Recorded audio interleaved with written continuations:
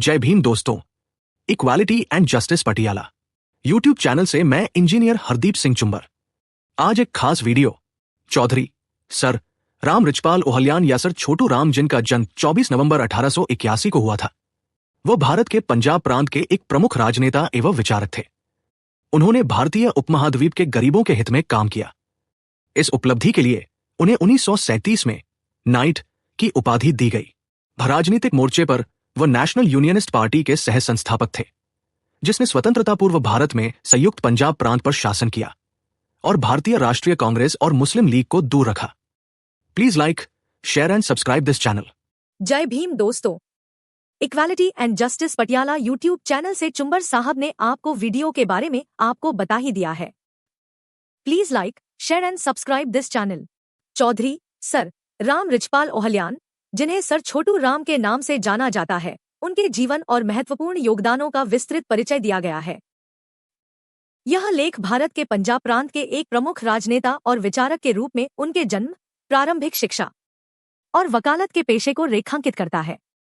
Sir Chhotu Ram ने भारतीय उपमहाद्वीप के गरीबों, किसानों और मजदूरों के हितों में अथक काम किया, जिसके लिए उन्हें नाइट की उपाधि मिली और उन्होंने नेशनल यूनियनिस्ट पार्टी की सहस्थापना की।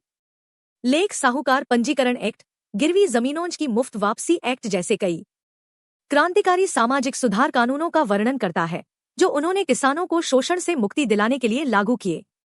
इसके अतिरिक्त पाठ भारतीय स्वतंत्रता संग्राम में उनकी भूमिका और महात्मा गांधी व जिन्ना के साथ उनके वैचारिक मतभेदों को भी उजागर करता है। विशेष रूप से जिन्ना को पंजाब से बाहर निकालने की उनकी साहसी कार्रवाई का उल्लेख करता है। आज बात एक ऐसे नायक की जिन्हें लोग किसानों का मसीहा कहते थे। एक ऐसा इंसान जिसने सिर्फ अपनी कलम के जोर पर लाखों किसानों को कर्ज की गुलामी से आजाद करा दिया, और तो और जिसने भारत के बंटवारे की नींव तक हिला दी थी। ये कहानी है सर छोटू राम की। तो चलिए कहानी की शुरुआत करते हैं आजादी से पहले के पंजाब से। जरा उस दौर की कल्पना कीजिए। जमीन किसानों की, मेहनत किसानों की, लेकिन उनकी पूरी कमाई साहूकारों के बही खातों में ही कहीं खो जाती थी। ये कर्ज का एक ऐसा दलदल था जिसमें किसान पीढ़ी दर पीढ़ी धंसते जा रहे थे। ऐसे में सवाल ये था कि इस अंधेरे में उम्मीद की किरण कौन बनेगा? इन बेबस किसानों की आवाज कौन बनेगा? कौन था जो उनका चैंपियन बनकर सामने आएगा? और इन्हीं सवालों के जवाब में एक चिंगारी का जन्म हुआ। एक ऐसे शख्स का जिनका असली नाम तो राम रिचपाल था, पर जिन्हें दुनिया ने छोटू राम के नाम से जाना। छोटू राम एक बहुत ही साधारण, कर्ज में डूबे परिवार से आते थे, लेकिन उनकी लगन असाधारण थी। सोचिए, गांव से मीलों पैदल चलकर स्कूल जाना और फिर दिल्ली के सबसे नामी कॉलेजों में से एक सेंट स्टीवंस तक पहुंचना, ये उनके फौलादी इरादों की पहली झलक थी। कहते हैं ना कि जिंदगी में एक पल आता है जो सब कुछ बदल देता है। उनके साथ भी कुछ ऐसा ही हुआ।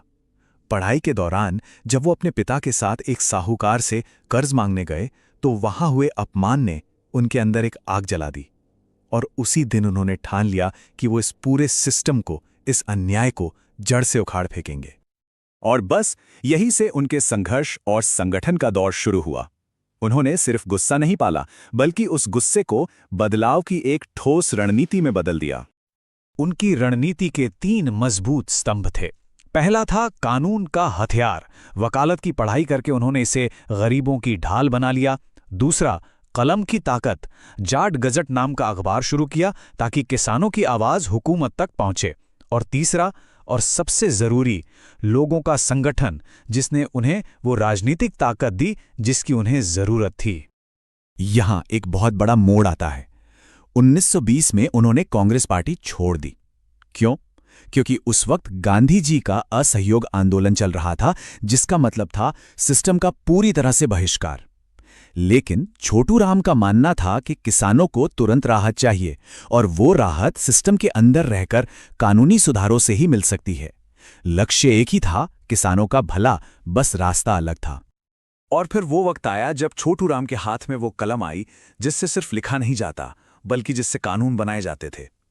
ये थी एक ऐसी क्रांति जो स्याही से लिखी गई। 1937 के चुनाव और नतीजे हैरान कर देने वाले थे। उनकी यूनियनिस्ट पार्टी, जिसमें हिंदू, मुस्लिम, सिख हर समुदाय के किसान शामिल थे, उसने 175 में से 99 सीटें जीती। ये एक जबरदस्त जीत थी। अब छोटू राम राजस्व और विकास मंत्री थे। उनके पास वो ताकत थी जिससे वो अपने सपनों को हकीकत में बदल सकते थे। और उनका पहला मास्टर स्ट्रोक था पंजाब कर्ज राहत अधिनियम। ये सिर्फ एक कानून नहीं था, ये उन साहूकारों के खिलाफ एक सर्जिकल स्ट्राइक थी जो पीढ़ियों से किसानों का शोषण कर रहे थे। तो इस कानून ने किया क्या? इसने दाम दुप्पट का नियम लागू कर दिया, यानी किसी भी हाल में ब्याज मूलधन से ज्यादा नहीं हो सकता। इसने किसानों के हल, बैल और घर के जरूरी सामान की नीलामी पर रोक लगा दी। ये किसानों के लिए एक मजबूत ढाल की तरह था। उनका अगला बड़ा कदम था गिरवी जमीनों की मुफ्त वापसी एक्ट। ये कानून सिर्फ जमीन से नहीं बल्कि किसानों के सम्मान और उनकी पहचान से जुड़ा था। इस कानून का असर तो मानो किसी जादू जैसा था। जिन जमीनों पर साहूकारों ने 37 साल से कब्जा कर रखा था, वो सब मुफ्त में किसानों को वापस मिल गईं। और इसके लिए करना क्या था? बस एक सादे कागज पर अर्जी देनी थी। सोचकर देखिए उन परिवारों की खुशी का आलम जिन्हें अपनी पुरखों की जमीन वापस मिल रही थी। और फिर आया कृषि उत्पाद मंडी अधिनियम।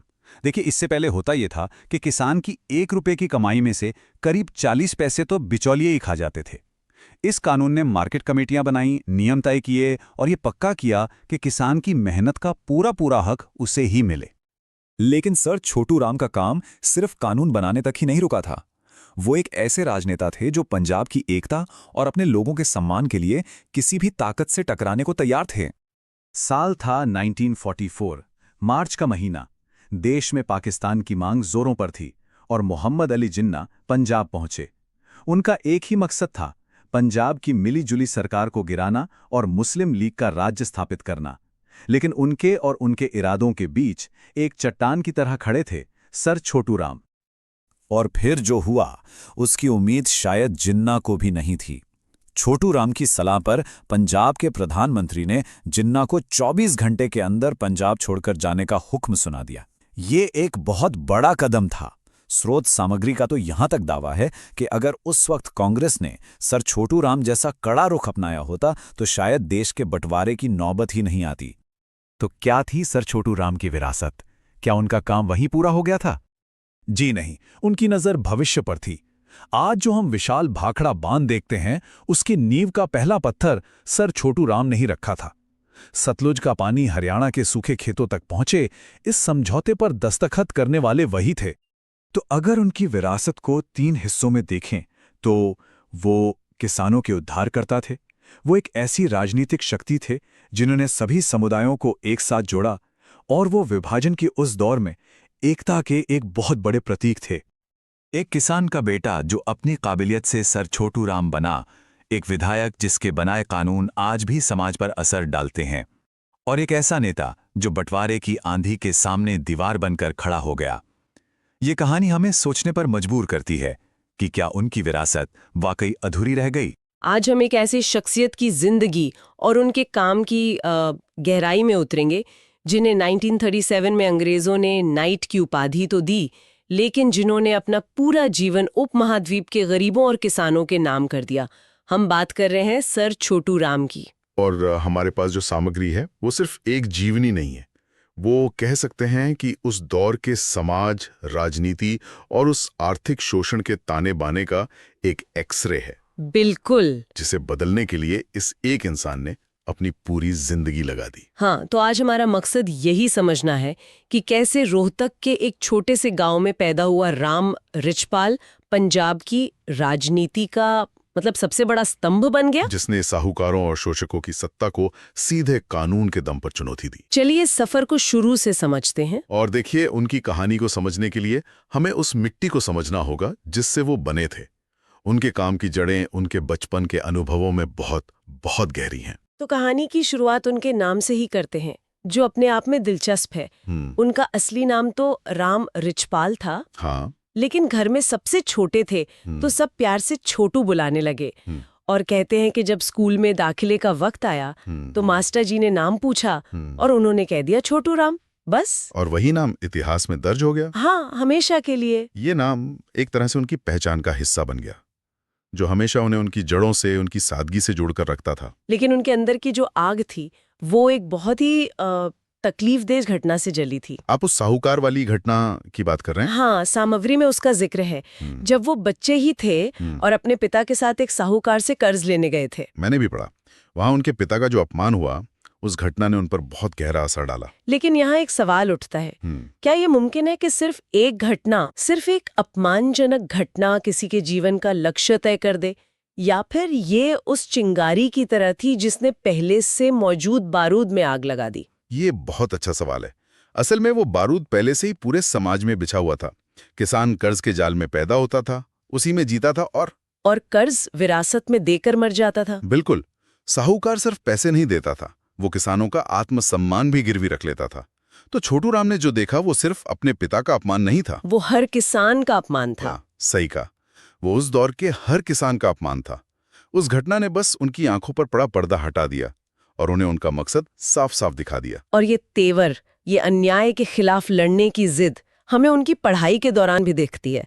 वो दिल्ली के क्रिश्चियन मिशन स्कूल वाला किस्सा तो बहुत मजेदार है। General Robert. हाँ, जनरल रॉबर्ट। हाँ, ये दिखाता है कि वो पैदाइशी लीडर थे। हुआ ये कि हॉस्टल का खाना बहुत खराब था और वार्डन किसी की सुनता नहीं था। तो इन्होंने एक हड़ताल करवा दी, और वो भी कामयाब हड़ताल। छात्रों को इकट्ठा किया। नतीजा ये हुआ कि मैनेजमेंट को झुकना पड़ा और खाने की क्वालिटी सुधर गई। सोचिए जरा, एक स्कूल का लड़का जिसने पूरी हॉस्टल मैनेजमेंट को झुका दिया। यहीं से पता चलता है कि ये व्यक्ति व्यवस्था से टकराने के लिए बना था। बिल्कुल। सेंट स्टीफन कॉलेज से ग्रेजुएशन करने के बाद 1912 में उन्होंने वकालत शुरू की, लेकिन लगता है कि वो इसे सिर्फ पैसा कमाने का जरिया तो बिल्कुल नहीं मानते थे। नहीं, बिल्कुल नहीं। उनके उसूल एकदम साफ थे। सामग्री में जिक्र है कि उन्होंने 3 नियम बनाए थे। पहला, वो कभी झूठा मुकदमा नहीं लेंगे। अच्छा। दूसरा, वो गरीबों और जरूरतमंदों को मुफ्त कानूनी सलाह देंगे।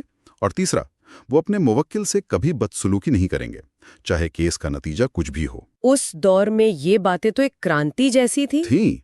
जहां वकालत को अक्सर सच को झूठ और झूठ को सच करने का पेशा माना जाता था, वहां ये उसूल अपने आप में क्रांति थे। तो मतलब वो सिर्फ अदालत में नहीं लड़ रहे थे, उनकी कलम भी एक जंग लड़ रही थी। जाट गजट की बात करते हैं। जाट गजट तो उनका सबसे बड़ा हथियार था। 1915 में शुरू हुआ ये अखबार, जो आज भी छपता है। हाँ, जो आज भी छपता है। वो किसानों की आवाज बन गया। वो उसमें बहुत ही सरल भाषा में लिखते थे, ऐसी भाषा जिसे गांव का आम आदमी भी समझ सके। जैसे वो शीर्षक थे, ठग बाजार की सैर और बेचारा किसान। बिल्कुल। इन लेखों ने साहूकारों और भ्रष्ट अधिकारियों के गठजोड़ की पोल खोलकर रख दी। उन्होंने किसानों को समझाया कि कानून क्या है, उनके अधिकार क्या हैं और कैसे वो इस शोषण के तंत्र से लड़ सकते हैं। अब उनके राजनीतिक सफर पर आते हैं।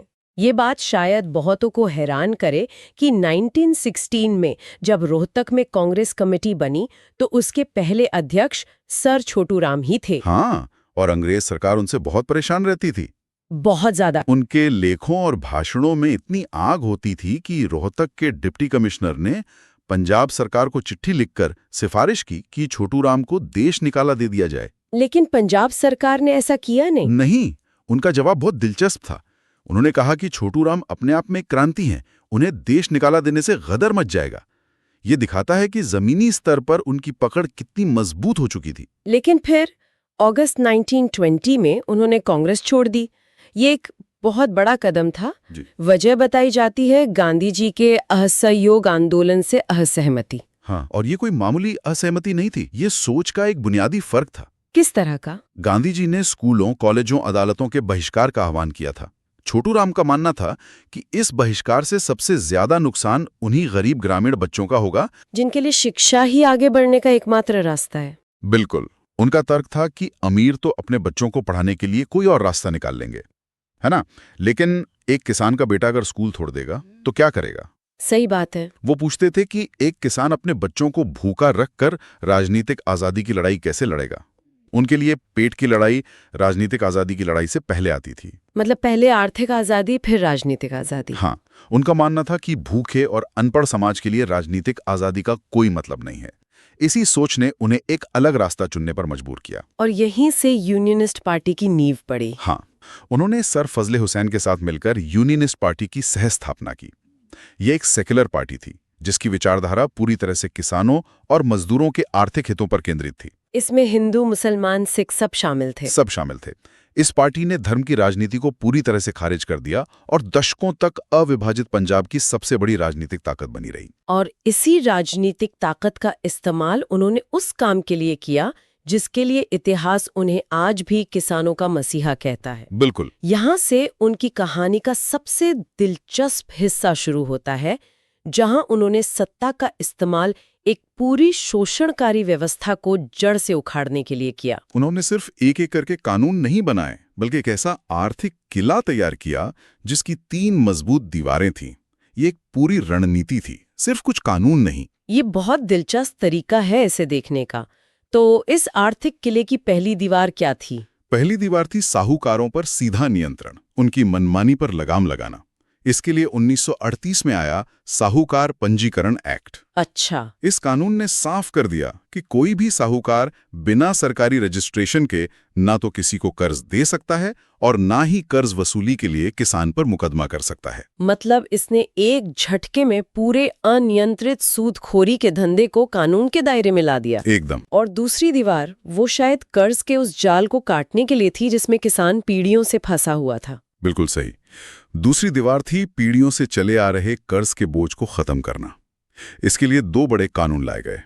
पहला था कर्जा माफी अधिनियम 1934। इसके तहत वो दाम दुपट्टा का नियम लागू हुआ था। हाँ, इसका सिद्धांत बहुत सरल था। ब्याज की रकम कभी भी मूल कर्ज की रकम से ज्यादा नहीं हो सकती। मतलब अगर किसी ने 100 रुपये का कर्ज लिया है तो उससे ब्याज समेत कुल 200 रुपये से 1 पैसा भी ज्यादा नहीं वसूला जा सकता, चाहे कितना भी समय बीत जाए। हाँ, इसने कर्ज के उस अंतहीन जाल को एक झटके में काट दिया। और दूसरा कानून तो और भी क्रांतिकारी था, गिरवी जमीनों की मुफ्त वापसी एक्ट 1938। ये सिर्फ एक कानून नहीं था, ये एक सामाजिक भूचाल था। इसने प्रावधान किया कि 8 जून 1901 के बाद से जो भी जमीनें गिरवी रखी गई थी, वो सब उनके मूल मालिकों यानी किसानों को मुफ्त में वापस मिलेंगी। मुफ्त में। कल्पना कीजिए उस किसान की जिसके दादा ने जो जमीन गिरवी रखी थी और जैसे वो सिर्फ कहानियों में सुनता आया था, वो जमीन अब उसे वापस मिल रही थी। वो भी सिर्फ एक सादे कागज पर कलेक्टर को अर्जी देने से। ये सिर्फ आर्थिक न्याय नहीं था, ये पीढ़ियों के खोए हुए सम्मान की वापसी थी। और इस किले की तीसरी और आखिरी दीवार? तीसरी और सबसे अहम दीवार थी किसानों को भविष्य में लुटने से बचाना। इसकी नींव कृषि उत्पाद मंडी अधिनियम 1938 ने रखी। अच्छा, यानी मार्केट कमेटियों का गठन? हाँ, इस कानून के तहत मार्केट कमेटियों का गठन किया गया, जिसमें किसानों के प्रतिनिधि भी होते थे। इसने तय किया कि फसल की बिक्री सही बांटों से होगी, आड़ती मनमानी कटौती नहीं कर पाएगा और किसान को उसकी उपज का सही दाम मिलेगा। सही दाम मिलेगा। इसने किसान को कह सकते हैं कि बाजार की ताकत दी। इन कानूनों के असर से जुड़ा वो लाहौर हाईकोर्ट वाला किस्सा उनकी ताकत और इरादे को बहुत अच्छे से दिखाता है। हाँ, वो वाकया बहुत मशहूर है। एक गरीब किसान का मामला चीफ जस्टिस सर शादीलाल की अदालत में था, जो खुद एक साहूकार परिवार से थे। तो उन्होंने मजाक उड़ाया। हाँ, उन्होंने मजाक उड़ाते हुए किसान से कहा कि एक छोटू राम नाम का आदमी है, वही ऐसे उल्टे सीधे कानून बनाता है, उसके पास जाओ और अपने हक में कानून बनवा कर लाओ। और उस किसान ने जाकर ये बात सर छोटू राम को बता दी। और सर छोटू राम ने उस मजाक को एक चुनौती की तरह लिया। उन्होंने बाद में कानून में ऐसा संशोधन करवाया जिससे उस तरह के मामलों में हाई कोर्ट की सुनवाई करने के अधिकार पर ही रोक लग गई। कमाल है। ये दिखाता है कि वो सिर्फ कानून बनाते नहीं थे, उन्हें लागू करवाना भी जानते थे और अपने लोगों के सम्मान के लिए किसी भी हद तक जा सकते थे। और उनकी यही जिद और ताकत हमें सिर्फ सामाजिक सुधारों में नहीं, बल्कि उस दौर की सबसे बड़ी राजनीतिक बिसात पर भी दिखाई देती है, खासकर जब उनका सामना मोहम्मद अली जिन्ना से हुआ। वो भारतीय राजनीति का एक निर्णायक मोड़ था। मार्च 1944 में जिन्ना लाहौर पहुंचे। उनका मकसद था पंजाब की यूनियनिस्ट सरकार को गिराकर वहां मुस्लिम लीग की सरकार बनवाना। और उस समय जिन्ना का राजनीतिक कद तो बहुत बड़ा था। बहुत बड़ा। बड़े बड़े नेता उनके सामने मजबूर नजर आते थे। लेकिन पंजाब में उनकी दाल नहीं गली। कहा जाता है कि सर छोटू राम ने पंजाब के तत्कालीन प्रधानमंत्री खिज्र हयात खान तिवाना को साफ निर्देश दिए थे। उन्होंने कहा था कि जिन्ना को जाकर कह दो कि पंजाब है, यहां तुम्हारा हुक्म नहीं चलेगा। और खिज्र हयात खान ने जिन्ना को 24 घंटे के अंदर पंजाब छोड़ने का आदेश दे दिया। और जिन्ना को जाना पड़ा। ये उस दौर में एक अकल्पनीय घटना थी। यहाँ जो बात सबसे रोचक है वो ये कि इस घटना का पंजाब के मुसलमानों ने विरोध नहीं किया। विरोध करना तो दूर, उन्होंने सर छोटू राम को रहबर आजम यानी महान पथ प्रदर्शक का खिताब दिया। अच्छा। हाँ, ये दिखाता है कि उनकी पकड़ और सम्मान सभी समुदायों में कितना गहरा था। वो धर्म के चश्मे से नहीं, बल्कि किसान और मजदूर के चश्मे से राजनीति करते थे। हमारे पास मौजूद सामग्री ये भी तर्क देती है कि अगर राष्ट्रीय स्तर पर उनके इस मॉडल को अपनाया गया होता तो शायद देश का बंटवारा ही ना होता। हाँ, ये उस स्रोत का एक महत्वपूर्ण दृष्टिकोण है। उनकी विरासत सिर्फ कानूनों और राजनीतिक किस्सों तक ही सीमित नहीं है, उसमें भविष्य की एक बहुत बड़ी सोच भी शामिल है। मेरा इशारा भाखड़ा बांध की तरफ है। बिल्कुल।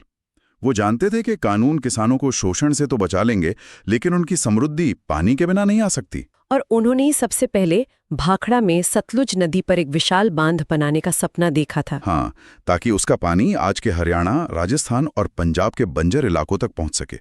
उन्होंने इसके लिए बिलासपुर के राजा के साथ एक समझौते पर हस्ताक्षर भी किए थे। ये उनकी दूरदर्शिता का सबसे बड़ा प्रमाण है। 9 जनवरी 1945 को उनका निधन हो गया। तो अगर हम उनके पूरे जीवन को देखें तो सर छोटू राम सिर्फ एक राजनेता नहीं थे। नहीं, वो एक समाज सुधारक, एक वकील, एक पत्रकार और सबसे बढ़कर किसानों, मजदूरों और शोषितों की आवाज थे। उनकी कहानी ये दिखाती है कि कैसे एक व्यक्ति की व्यक्तिगत पीड़ा जब एक बड़े उद्देश्य से जुड़ जाती है तो पूरे समाज के लिए मुक्ति का मार्ग बन सकती है। उन्होंने सत्ता का उपयोग व्यवस्था को बनाए रखने के लिए नहीं, बल्कि उसे गरीबों और जरूरतमंदों के हक में झुकाने और बदलने के लिए किया। ये चर्चा एक जरूरी सवाल छोड़ जाती है।